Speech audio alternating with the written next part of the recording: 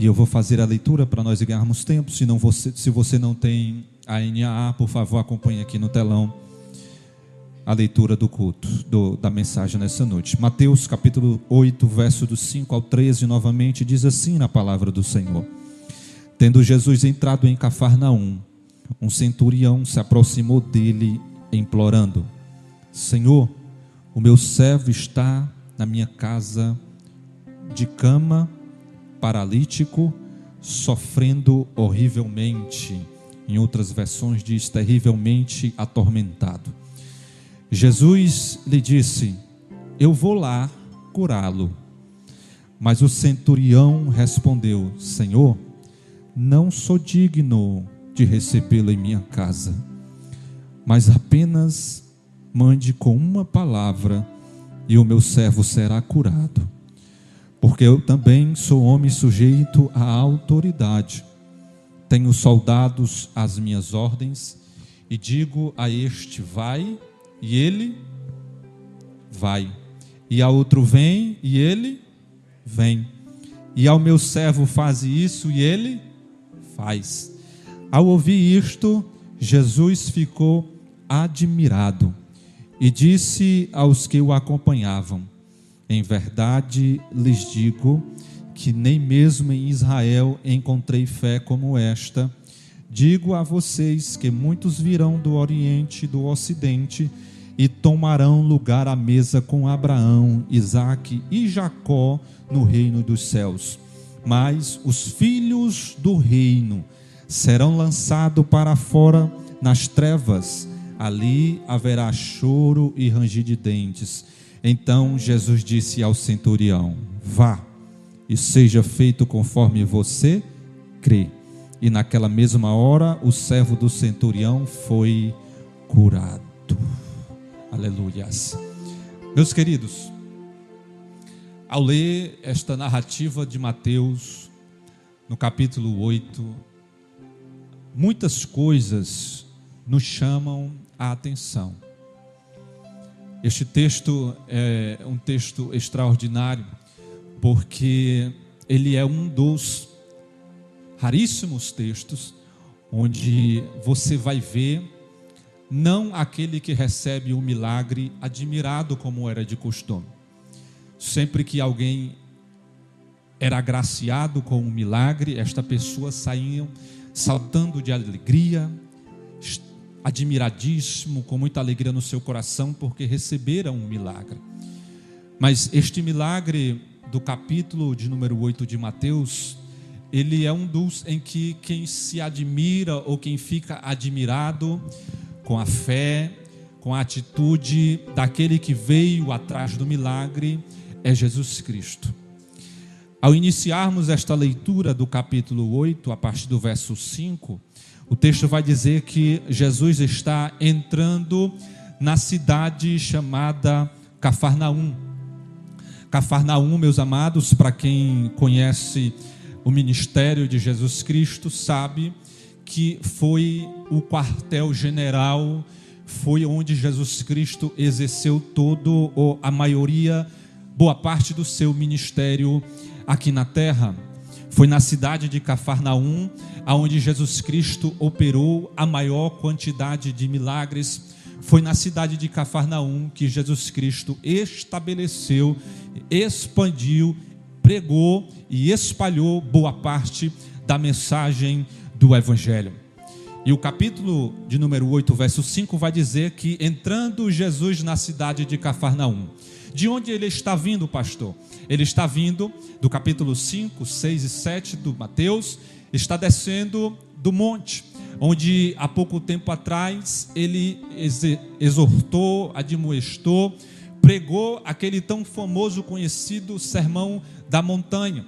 Então no capítulo 5, capítulo 6, até o capítulo 7, Jesus Cristo está pregando aquilo que nós conhecemos como o sermão da montanha ou o sermão do monte. Ali ele dá várias orientações, dá várias admoestações, fala sobre as bem-aventuranças, e aí ele desce da montanha depois de todo um dia pregando, compartilhando a mensagem da palavra do Senhor, do reino dos céus. Ele desce para entrar na cidade de Cafarnaum. Aonde Jesus Cristo estava, meus queridos, existia sempre uma grande multidão o acompanhando. Para onde Jesus Cristo ia, uma grande multidão o acompanhava. Aonde Jesus Cristo estava, sempre tinha uma grande multidão. Se ele estava ministrando na montanha, tinha uma grande multidão o observando. Se ele atravessava o mar, a multidão, meus queridos, arrodeava, corria pela areia, chegava primeiro do que ele para receber qualquer tipo de milagre, para estar próximo de Jesus Cristo. Isto era o ministério do Mestre. Quando ele estava na sua própria casa, o texto vai dizer que até lá ele também estava rodeado de uma grande multidão. É tanto que naquela passagem que ele estava em casa, quando souberam que ele estava, as pessoas lotaram a sua casa, que foi preciso que um paralítico entrasse pelo telhado para receber a cura da parte de Jesus Cristo. Este era o ministério do Mestre aqui na terra. E aí no versículo número 5, o texto vai dizer que Jesus Cristo está entrando na cidade de Cafarnaum. Encontramos aqui, meus queridos, um momento especial do ministério de Jesus, porque ele está vindo, como eu acabei de falar, da ministração do sermão da montanha. E o que me chama a atenção é que quando ele entra na cidade de Cafarnaum, ou a caminho da cidade de Cafarnaum, uma cidade, meus amados, portuária, tinha uma grande importância ali na região da Galileia, ele é abordado por um centurião romano. No texto paralelo, meus amados, dos evangelhos, lá em Lucas, no capítulo 7, onde conta também esta mesma história, o texto vai dizer que antes do centurião chegar, alguns anciãos já vieram dar testemunho daquele centurião. Tamanha a importância daquele centurião. Um centurião, para aqueles que não conhecem, era um oficial romano, era uma autoridade romana responsável, meus amados, por cerca de 100 soldados. Ele tinha sob a sua responsabilidade 100 soldados. Geralmente, meus amados, um centurião romano, ele não tinha um bom relacionamento com o judeu, porque, como nós sabemos, Roma era quem estava dominando Israel nesta época, e os oficiais de Roma não eram muito bem vistos, porque eles representavam exatamente este jugo de Roma sobre a nação de Israel. Mas o que me chama a atenção, em especial nesta leitura, neste centurião, é que os próprios anciãos da cidade vão dar testemunho desse homem. Os próprios anciãos vão chegar e vão dizer: olha, mestre, está vindo um centurião para conversar contigo, para interceder, para te pedir algo que nem é para ele, você vai já saber, mas nós pedimos que você o receba, porque ele é alguém muito importante para a nossa cidade. Ele é tão importante que ele foi responsável por construir uma sinagoga aqui na nossa região. Então, aqui nós já começamos a perceber que este centurião era alguém diferente. Este centurião era alguém que, embora fosse romano, ele demonstrava um profundo respeito e apreço pelo Deus de Israel, a ponto de ter financiado, meus amados, a construção desta sinagoga para os judeus, a ponto dele ter financiado esta congregação, esta igreja. Ora, é alguém que não é crente, é alguém que não conhece aquilo que nós conhecemos, não vive dentro da igreja como nós vivemos, mas é alguém que tem amor pela obra, é alguém que financiou um templo, uma igreja. E quantas vezes nós não conhecemos pessoas que não são crentes, pessoas que não estão dentro da igreja, mas que amam a obra do Senhor, que financiam a obra do Senhor, que quando chegam, quando sabem que a obra está precisando de algo, chegam junto, financiam, ofertam. Esta era a cultura, ou este era este centurião que o Evangelho de Mateus vai nos mostrar. Este gesto extraordinário, meus queridos, do centurião, revelava não apenas um conhecimento do Deus de Israel, mas também uma fé que este centurião tinha a respeito do Deus de Israel. E o que me chama a atenção, meus amados, é que nesta interação do centurião com Jesus Cristo, o texto vai dizer que quando ele chega para conversar com Cristo, ele vem trazer, meus amados, um pedido, e este pedido não era em favor dele próprio. Diferentemente da maioria das pessoas que se chegavam perto de Cristo para pedir alguma coisa, para clamar por alguma coisa, este centurião, ele vai chegar perto do mestre. Como eu acabei de falar, não era fácil estar perto de Jesus. Jesus Cristo, onde ele estava rodeado por uma grande multidão. Se você se lembrar, naquele texto que Jesus Cristo cura a mulher do fluxo de sangue, e aí ele pergunta: quem foi que me tocou? Aí Pedro chega para Cristo e diz assim: como assim, mestre? Como que tu pergunta quem te tocou? A multidão te aperta, a multidão te oprime, está todo mundo te empurrando, está todo mundo querendo chegar perto de ti, tu pergunta quem te tocou? Este era o ministério de Cristo. Então este centurião, ele vai chegar-se próximo de Jesus Cristo, que não era fácil, não para pedir algo para ele, mas para pedir e interceder em favor de outras pessoas, de outra pessoa. E é sobre isto, meus queridos, que eu quero trabalhar e ministrar nesta noite. O que é que nós podemos aprender a respeito deste encontro improvável entre o centurião e Jesus Cristo? E o título dessa mensagem é exatamente: a força do evangelho na vida deste centurião. A primeira coisa que eu aprendo olhando para esse centurião, meus amados, é que o amor pelo próximo, ele ultrapassa fronteiras. O amor pelo próximo, ele ultrapassa fronteiras. E é isso que deve marcar e caracterizar a nossa caminhada como cristão. Jesus Cristo, o evangelista João, escrevendo na sua epístola, ele vai dizer que a forma de nós conhecermos quem são os verdadeiros discípulos é quando nós amamos uns aos outros, mas um amor desinteresseiro, um amor que não busca os seus próprios interesses. A primeira coisa que me chamou a atenção nesse encontro do centurião com Jesus Cristo é que ele vai buscar a Jesus Cristo, vai pedir um milagre a Jesus Cristo, mas não em favor dele próprio, não em favor da sua própria necessidade, mas em favor de alguém. Pastor, quem é este alguém? É um familiar, é um parente. Ele vai clamar em favor da sua mãe, do seu pai, de um filho? Não, esse centurião, ele vai clamar e vai pedir em favor de um servo. Esse centurião com certeza tinha vários servos ao seu serviço. Para quem tem empresas, para quem são patrões aqui, sabe que não há dificuldade muitas das vezes em substituir um empregado. O empregado talvez às vezes fica doente, encosta ele, coloca pelo INSS, contrata outro, é muito fácil. Mas esse centurião, meus queridos, vai representar exatamente o amor que Cristo tem pela igreja, por cada um de nós. Este centurião vai representar exatamente este amor desinteresseiro, que vem clamar em favor do próximo. É esta atitude que a igreja tem que ter pelos perdidos. É este tipo de amor que nós temos que demonstrar pelas pessoas que estão perecendo. Meus amados, hoje é culto de colheita. Culto de colheita é um culto preparado especificamente para que a palavra seja ministrada para as pessoas não crentes.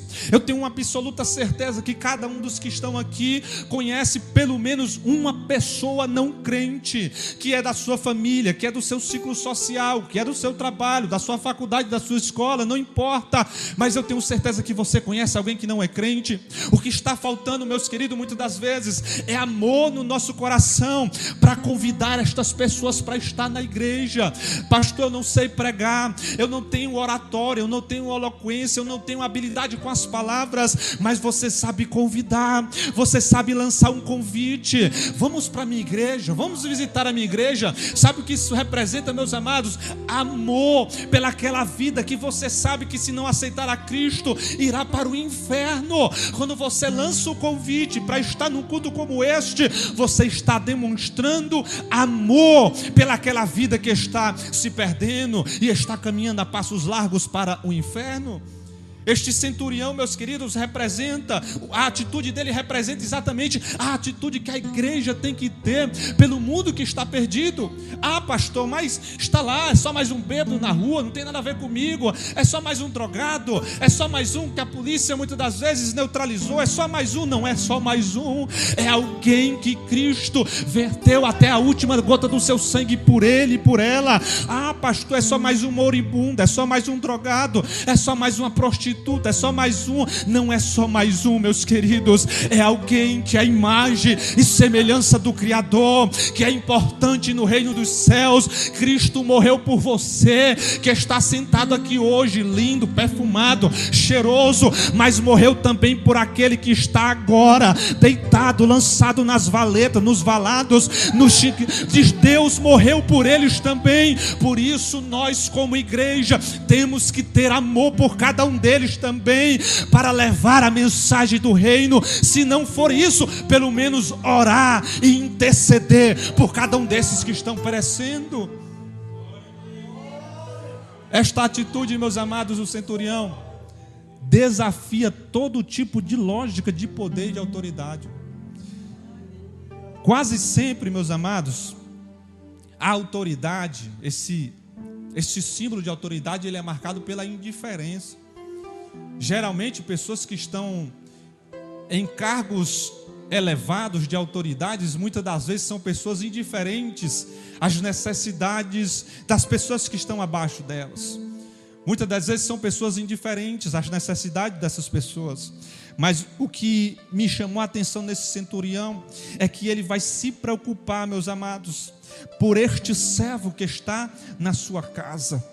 Ele não vai levar em consideração a sua posição, ele não vai levar em consideração outros servos que ele tinha, ele não vai levar em consideração que poderia substituir aquele servo por outro, ele vai levar em consideração o que aquele servo já tinha prestado de serviço para ele. E ele vai lembrar e dizer: esse servo, ele está temporariamente parado, doentado, ele está temporariamente paralisado, mas ele já prestou um serviço para mim, ele já prestou um serviço aqui na minha casa, ele é importante. Por isso eu vou até onde alguém pode curá-lo, eu vou procurar a cura. Deve ter esse sentimento também no nosso coração, meus queridos, de interceder, de ter amor pelas vidas que estão perecendo. Um culto como esse, meus amados, era para estar repleto de pessoas não crentes. Quem traz essas pessoas somos eu e você, meus amados. Talvez eles podem até vir, mas nós somos responsáveis por convidar cada uma dessas pessoas. Existe uma grande parábola, meus amados, de um grande banquete que um rei deu, uma festa de casamento. O rei distribuiu os convites somente para as pessoas importantes. Cada uma deu a sua desculpa: não posso ir, depois eu vou, não posso ir agora. Aí o rei foi, chamou os seus servos e disse assim: vai lá, vai aonde você puder encontrar alguém, nos becos e valados, traz para dentro da minha festa. Meus queridos, se você não fizer, Deus vai dar um jeito de trazer, mas eu e você seremos cobrados por isso. A segunda coisa que eu aprendo com esse centurião, meus amados, é esta fé capaz de superar limites. A fé do centurião, meus queridos, é uma coisa que ele vai reconhecer esta autoridade que existe sobre a pessoa de Jesus Cristo.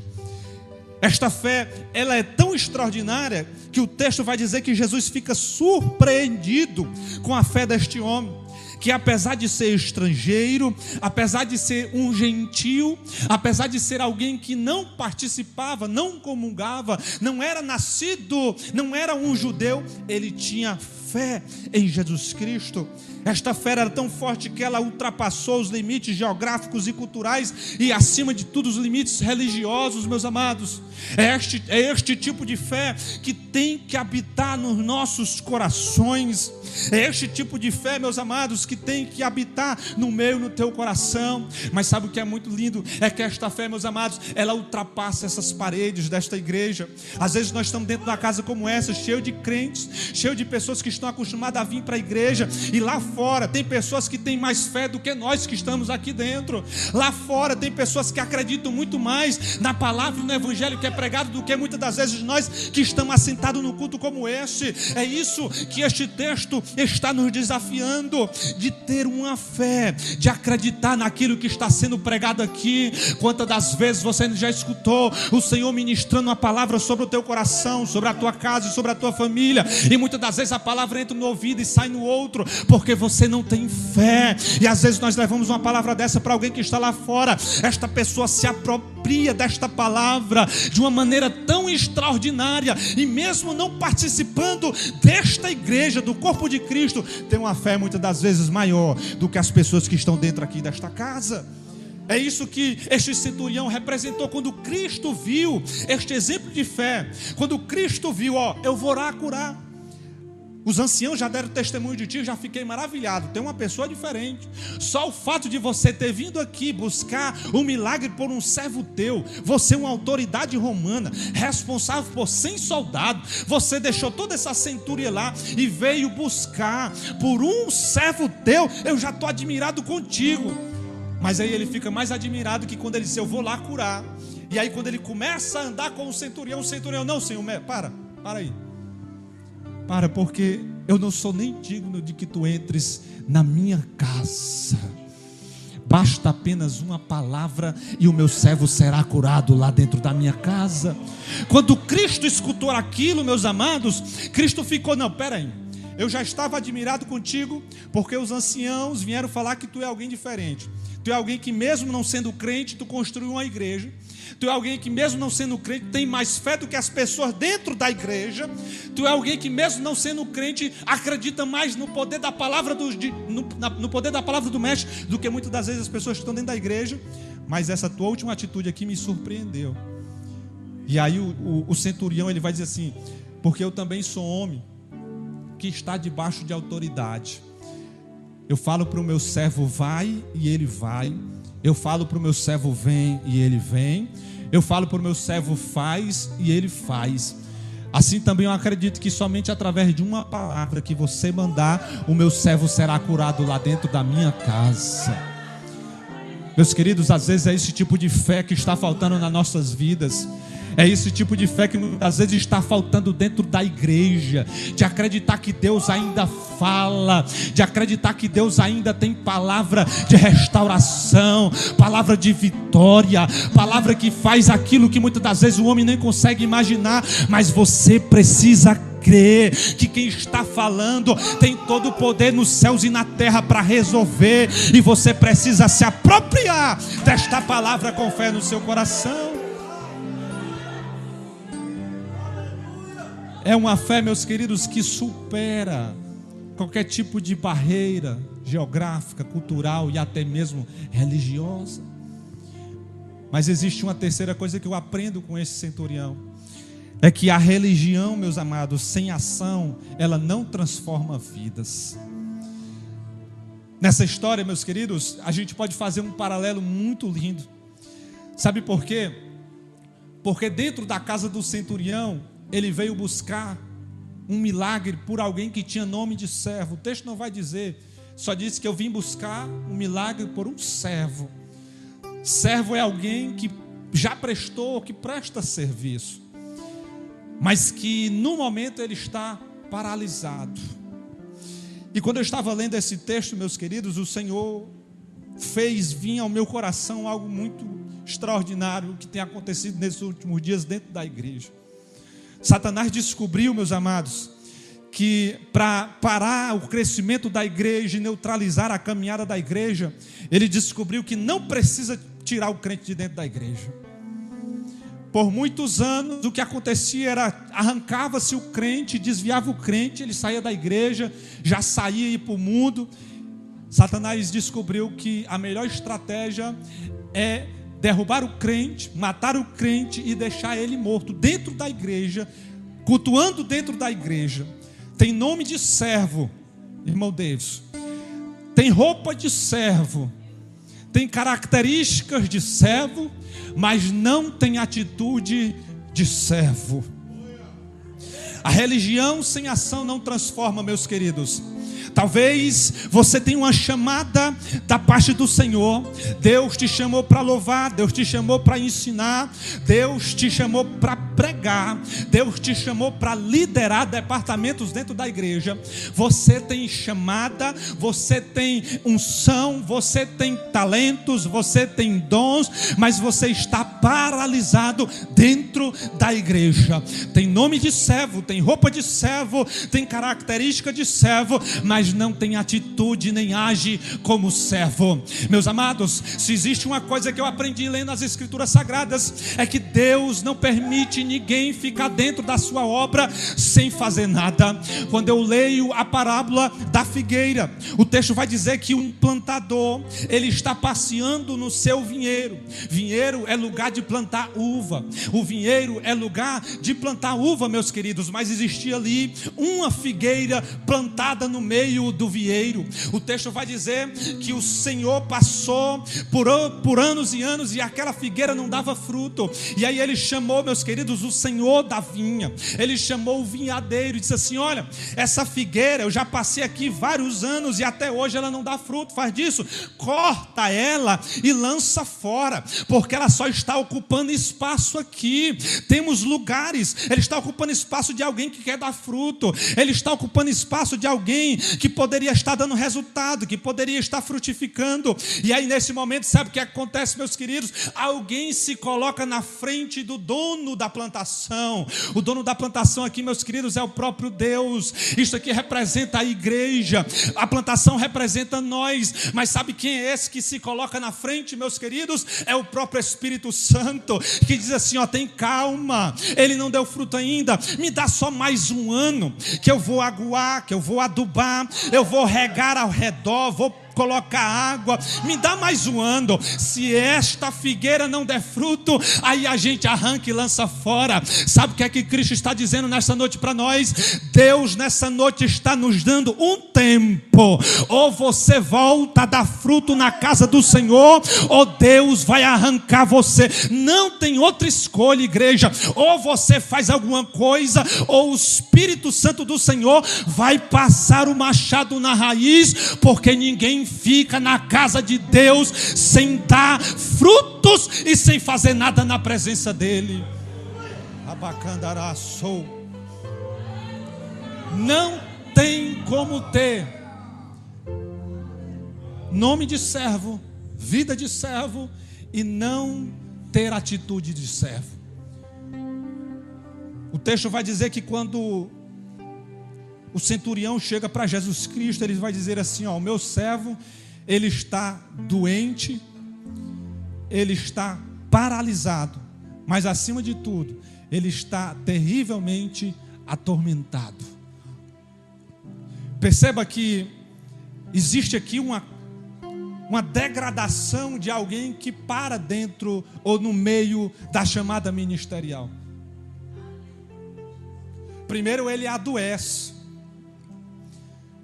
Primeiro, ele começa a esfriar espiritualmente e ele adoece dentro da casa do Senhor.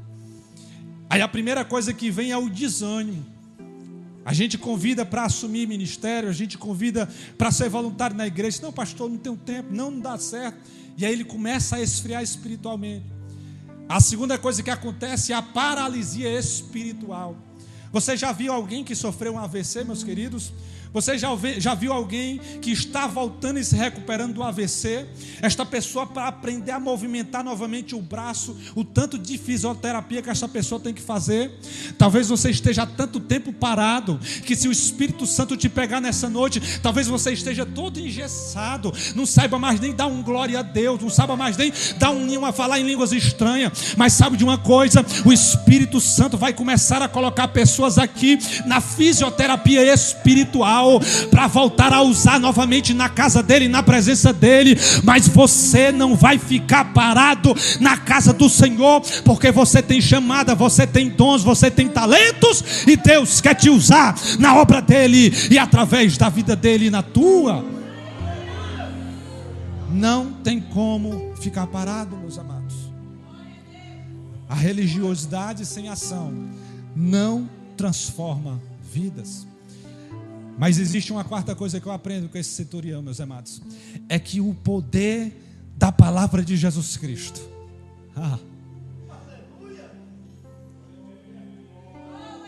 Existe um poder sobrenatural debaixo da palavra de Jesus Cristo. O texto vai dizer que Jesus responde à fé do centurião de uma maneira que ninguém nunca tinha visto. Ele diz apenas uma palavra e o servo será curado instantaneamente. Isto aqui demonstra e revela, meus queridos, o poder absoluto que há debaixo da palavra de Jesus Cristo sobre a tua vida e sobre a tua casa. Sabe o que é que eu aprendo aqui? Que é enquanto você vem para a casa do Senhor clamar e buscar por algo, enquanto você está aqui na casa do Senhor orando, intercedendo, prestando culto a Deus, o Senhor está entrando na tua casa, no teu lar, lá dentro do teu negócio, entrando com providência, resolvendo aquilo que você não pode resolver somente através de uma palavra que Ele liberar sobre a tua vida. Você recebe essa palavra nessa noite? Deus nessa noite está liberando uma palavra de vitória sobre a tua casa, sobre a tua saúde, sobre os teus negócios, sobre a tua família, sobre o teu ministério, sobre o teu casamento. Só quem recebe esta palavra nessa noite, o Espírito Santo do Senhor, debaixo desta palavra, está tomando a frente daquilo que você até hoje não conseguiu resolver, mas debaixo da palavra do Senhor, o Espírito Santo já começou a entrar com providência lá dentro desta causa. Saber disso, meus amados, tem que aumentar a nossa fé de uma maneira em que nós possamos voltar a confiar naquilo que o Senhor libera sobre as nossas vidas. Às vezes o que acontece é que nós estamos há tanto tempo nesse sistema religioso que nós vivemos, que nós paramos de acreditar no mover sobrenatural e espiritual. Às vezes nós estamos tão envolvidos na religiosidade que nós se esquecemos que a religiosidade é apenas um parâmetro que Deus nos deu para cultuar Ele de corpo, alma e espírito. Lá no livro de João, o texto vai dizer: existiu, meus queridos, entre Jesus e a mulher samaritana uma breve discussão, porque para a mulher samaritana a adoração tinha que ser num outro monte, para os judeus a adoração tinha que ser em Jerusalém. E aí a mulher samaritana perguntou: e aí, Jesus Cristo, aonde nós devemos adorar? É lá ou no outro monte? Aí Jesus Cristo olha para aquela mulher samaritana e diz assim: não é lá e nem cá, porque nos últimos dias o Senhor estará à procura daqueles que o adoram em espírito e em verdade. Jesus Cristo vai dizer assim: eis que eu estou à procura dos verdadeiros adoradores, aqueles que me adoram em espírito e em verdade. Nós estamos muitas das vezes tão acostumados com essa religiosidade de vir para a igreja, de vir para o culto. Aí vem, entra, senta, cultua, já sabe os hinos que vai louvar, volta para a igreja, nada acontece. Ei, chegou o tempo de quebrar os protocolos e de começar a render ao Senhor a verdadeira adoração que há dentro do nosso coração, meus queridos. Uma adoração sincera, genuína, que sai lá do fundo da alma, porque é esse tipo de adoração que chama a glória e os céus para dentro de um ambiente como este. Quando Moisés entrava dentro do Santo dos Santos, o texto vai dizer que a glória descia sobre o tabernáculo. A presença do Senhor, ela era real e visível ali naquele lugar. Existia, meus queridos, um sentimento no coração de todo o povo de temor e tremor por estar na presença do Senhor. É isso que nós devemos voltar a ter, meus amados, quando nós ainda entrarmos dentro de um lugar como este.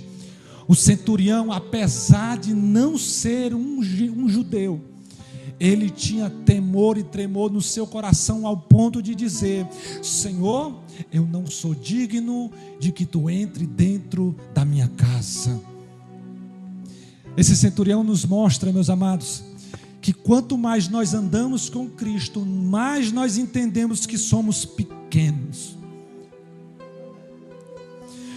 Quanto mais perto nós estamos caminhando com Jesus Cristo, mais nós entendemos que somos nada. E o contrário também acontece. Quanto mais distante nós estamos de Jesus, mais nós se achamos alguém importante. Toda vida que você vê alguém pisando nos outros, se achando especial, se achando que sabe de tudo, se achando que sabe de todas as coisas, sempre que você vê alguém dentro da igreja, que não olha para ninguém, que é o sabidão, que faz tudo, que não precisa de ninguém, sabe de uma coisa: esta pessoa está longe de Jesus, porque aqueles que estão perto de Cristo, sabe e entende que são nada e pequeno, porque quanto mais perto de Jesus, maior nós olhamos Ele e menor nós ficamos na presença dele. Quando aquele centurião começou a caminhar com Jesus em direção à sua casa, foi isso que ele aprendeu. Não, para, Senhor, eu não sou digno de que tu entres dentro da minha casa, libera apenas uma palavra. E é exatamente isso que Jesus Cristo liberou sobre a vida daquele servo, apenas uma palavra. Mas para encerrar, meus queridos, aqui eu tenho uma última coisa que este texto nos ensina. É que nós teremos surpresas no dia do juízo final. E esta volta toda, até agora, foi só para chegar nesse último ponto. Que é exatamente o ponto que está nos versículos de número 11, nos versículos de número 12, 11 e 12. Quando diz assim: digo a vocês que muitos virão do Oriente e do Ocidente e tomarão lugar à mesa com Abraão, Isaque e Jacó no reino dos céus. Mas os filhos do reino serão lançados para fora nas trevas. Ali haverá choro e ranger de dentes. Teremos surpresas no dia do juízo final. Nos versículos 11 e 12, Jesus nos dá exatamente esse vislumbre, meus queridos, do que acontecerá no grande dia do julgamento. Ele afirma que muitos virão do Oriente e do Ocidente e se assentarão à mesa com Abraão, Isaque e Jacó. Aqui ele está falando, meus amados, das bodas do Cordeiro. Enquanto que aqueles que pensam que têm algum direito natural a este lugar serão lançados para fora. Muitos outros que muitas das vezes a gente julga que não são dignos de estar entre nós, estes estarão naquele grande dia junto com o Pai Celestial. Meus amados, às vezes nós conversamos com as pessoas que não são nem crentes ainda, mas a sensação que dá é que são pessoas mais convertidas do que muitos crentes que estão dentro da igreja. Você já teve essa sensação? Às vezes você senta, meus queridos, eu já sentei com pessoas. Às vezes eu sento com o meu sogro, que nem é crente. Às vezes a gente passa 1 hora conversando. Ele fala sobre tudo, meus amados, da vida, das viagens. Ele não abre a boca para falar de ninguém, meus queridos, para fofocar de ninguém. 1 hora de conversa. Às vezes eu converso com ele assim: meu sogro, eu estou saindo daqui mais crente do que eu cheguei, viu? Porque a gente passou 1 hora aqui conversando, o senhor não falou de ninguém aqui, não fofocou de ninguém. E às vezes nós passamos 5 minutos conversando com o crente, ele fala da vida de 10, de 20 pessoas, não dá nem tempo de chegar perto, meus queridos. Às vezes nós chegamos, queridos, na casa de um crente, e o crente já começa a contar os problemas, as dificuldades, e começa a reclamar, começa a murmurar.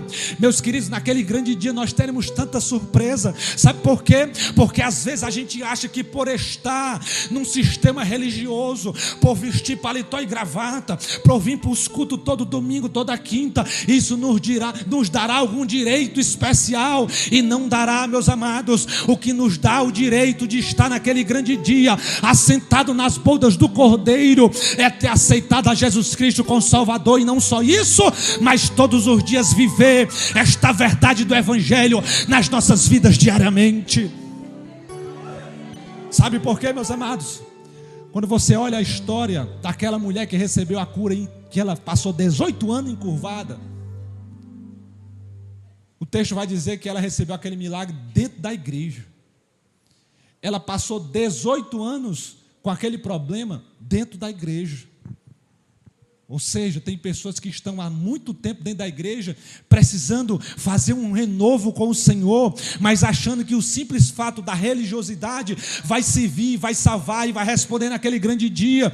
E aí, meus queridos, naquele dia nós vamos ter surpresa, porque o Senhor vai olhar para as pessoas e vai dizer assim: apartai-vos de mim, porque eu não vos conheço. Mas como assim, Pai? Eu fui para a igreja, eu fiz isso, eu fiz aquilo. Apartai-vos de mim, vós que praticais a iniquidade. Não adianta simplesmente ser religioso. O que Cristo quer de mim e de você é uma adoração sincera, uma fé genuína e, acima de tudo, um amor às vidas que estão se perdendo todos os dias.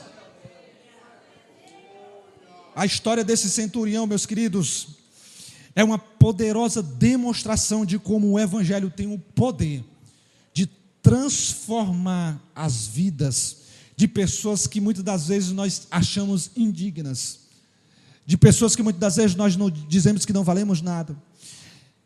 Essa história que um homem que pela sua cultura, pela sua posição, poderia ser, e muitos deles eram até inimigos de Israel, mostrou um exemplo extraordinário de fé, de amor, mas acima de tudo, de atitude para com a obra e para com o reino do Senhor.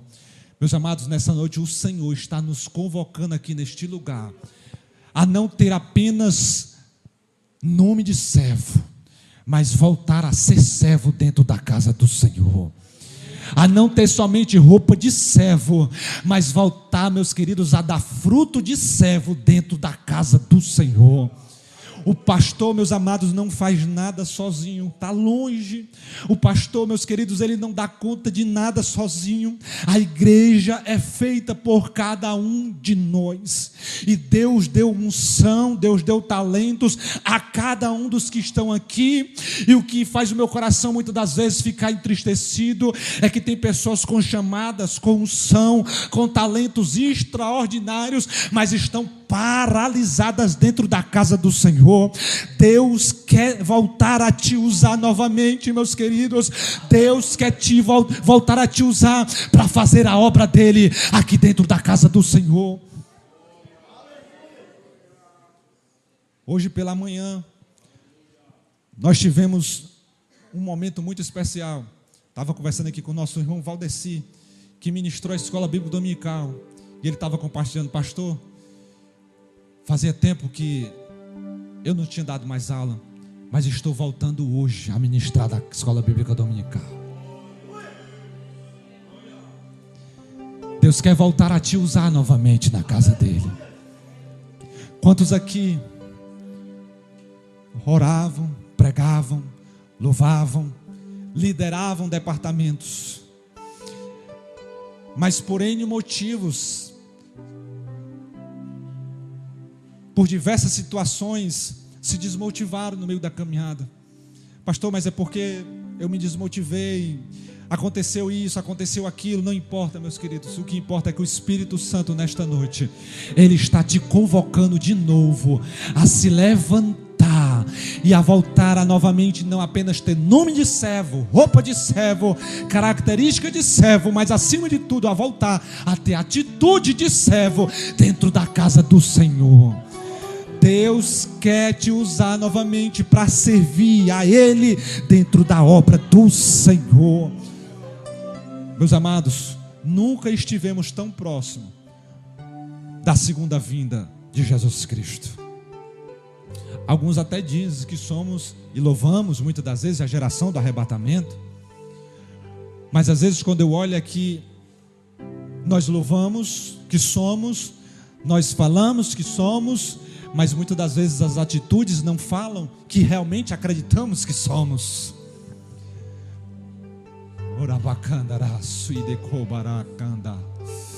Porque se verdadeiramente acreditássemos naquilo que nós cantamos, ao abrir a nossa boca e dizemos que somos a geração do arrebatamento, o que nós estaremos fazendo agora era jogados debaixo dessas cadeiras, pedindo perdão ao Senhor por toda a omissão, por toda a negligência, e por muitas das vezes nós estamos tão distante daquilo que Deus tem para realizar através das nossas vidas. Se verdadeiramente acreditássemos que somos a geração do arrebatamento, meus queridos, que somos a geração que ouvirá o toque da trombeta, que somos a geração que a qualquer momento poderemos escutar o soar da trombeta do Senhor nos céus, cantando e convocando os seus santos para se encontrar com Ele, o que é que nós apresentaremos naquele grande dia ao Senhor? Que tipo de obras, que tipo de apresentação nós teremos para colocar nas mãos e apresentar ao Senhor naquele grande dia? Este centurião, apesar de ser alguém distante da fé do judeu, apesar de ser alguém que não fazia parte de Israel, mas era alguém que demonstrou que acreditava naquilo que Jesus Cristo estava pregando. Meus amados, nós estamos num movimento de oração em prol do Nordeste para Cristo. Nós estamos empenhados nesse movimento tão forte para que Deus venha salvar vidas. Mas o que nós notamos muitas das vezes é que este engajamento muitas das vezes está restrito somente às lideranças da igreja. Muitas das vezes está restrito somente ao corpo de obreiro da igreja. Muitas vezes está restrito somente aos líderes de departamento da igreja, mas Deus quer envolver toda a sua igreja neste propósito. Este é um mover da igreja do Senhor, meus amados. Deus quer usar você. Pastor, eu só sou um congregado, sento aqui na última cadeira.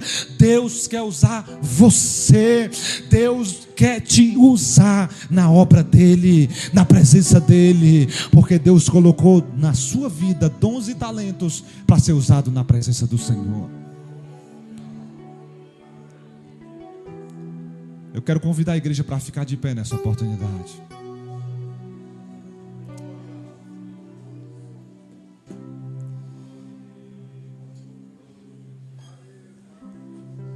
O centurião romano, meus amados, ele nos dá um exemplo. Há 2000 anos atrás, que ainda é real e vívido ainda nos dias atuais, século 21. De uma igreja que muitas das vezes está adormecida espiritualmente, paralisada espiritualmente, mas que Deus está dando uma nova oportunidade de se levantar na presença dEle para fazer a sua obra.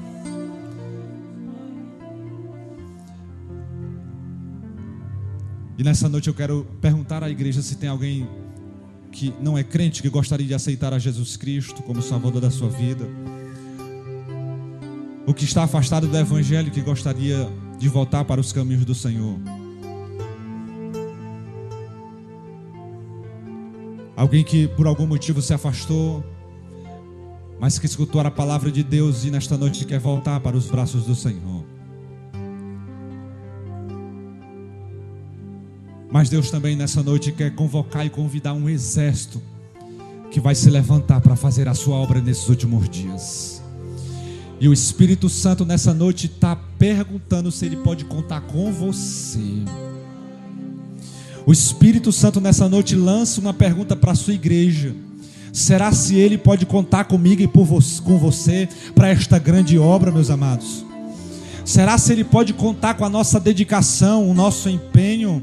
Será se Ele pode contar com a nossa liberalidade na sua obra para fazer aquilo que Ele nos chamou para fazer? Às vezes nós não entendemos o porquê que nós andamos para um lado e para o outro, quebrando a cabeça, batendo a cabeça para um lado e para o outro. E a resposta está exatamente: o motivo é porque nós não estamos aonde Deus quer que nós estejamos. Enquanto nós não estamos, meus amados, no centro da vontade do Senhor, nós vamos andar para um lado e para o outro, batendo cabeça para um lado e para o outro, e nunca nós estaremos completos, cheios e realizados. Jonas tentou fugir da presença do Senhor, foi tribulação, foi tempestade. Ele só encontrou paz quando ele voltou para cumprir o chamado que Deus tinha na sua vida. E é assim na vida de cada um daqueles que Deus tem um chamado e tem um propósito para ser realizado através de você. Enquanto você não se colocar no centro da vontade dele, você vai ficar andando de um lado e para o outro e não vai se sentir pleno e realizado, porque Deus tem uma obra para fazer através da sua vida. Eu quero orar pela sua igreja, para que Deus nesta noite possa estar trazendo um renovo espiritual, trazendo esse despertamento espiritual para a sua igreja. Porque se isso não acontecer, meus amados, nós podemos cantar que somos a geração do arrebatamento, nós podemos até falar que somos a geração do arrebatamento, mas nós iremos se frustrar naquele grande dia, porque Ele vai cobrar de mim e de você aquilo que Ele colocou nas nossas mãos para fazer. Feche seus olhos. Senhor Deus e Pai, nessa noite eu apresento, Senhor, a Tua igreja em Tuas mãos. Deus, a Tua palavra ela foi pregada, Senhor. Esse centurião romano, Pai, ele é um exemplo de alguém que acreditou no poder da Tua palavra, Senhor. E nessa noite, debaixo da Tua palavra, eu quero, Senhor, colocar a Tua igreja. E eu quero te pedir, Senhor, que Tu venha despertar o Teu povo, Pai, para aquilo que Tu tem para realizar através de cada um deles. Deus, nos tira do sono da negligência, do sono espiritual. Não nos deixa, Senhor, assim como aquele servo estava, paralisado, doente, acamado, atormentado, Senhor, mas nos faz se levantar, Senhor, na Tua presença, para, Senhor, executar aquilo que Tu tem para fazer através das nossas vidas. É o que nós te oramos nessa noite, em nome de Jesus, amém. Sente-se, meus amados, eu quero dar apenas alguns avisos, para que nós possamos encerrar o culto esta noite.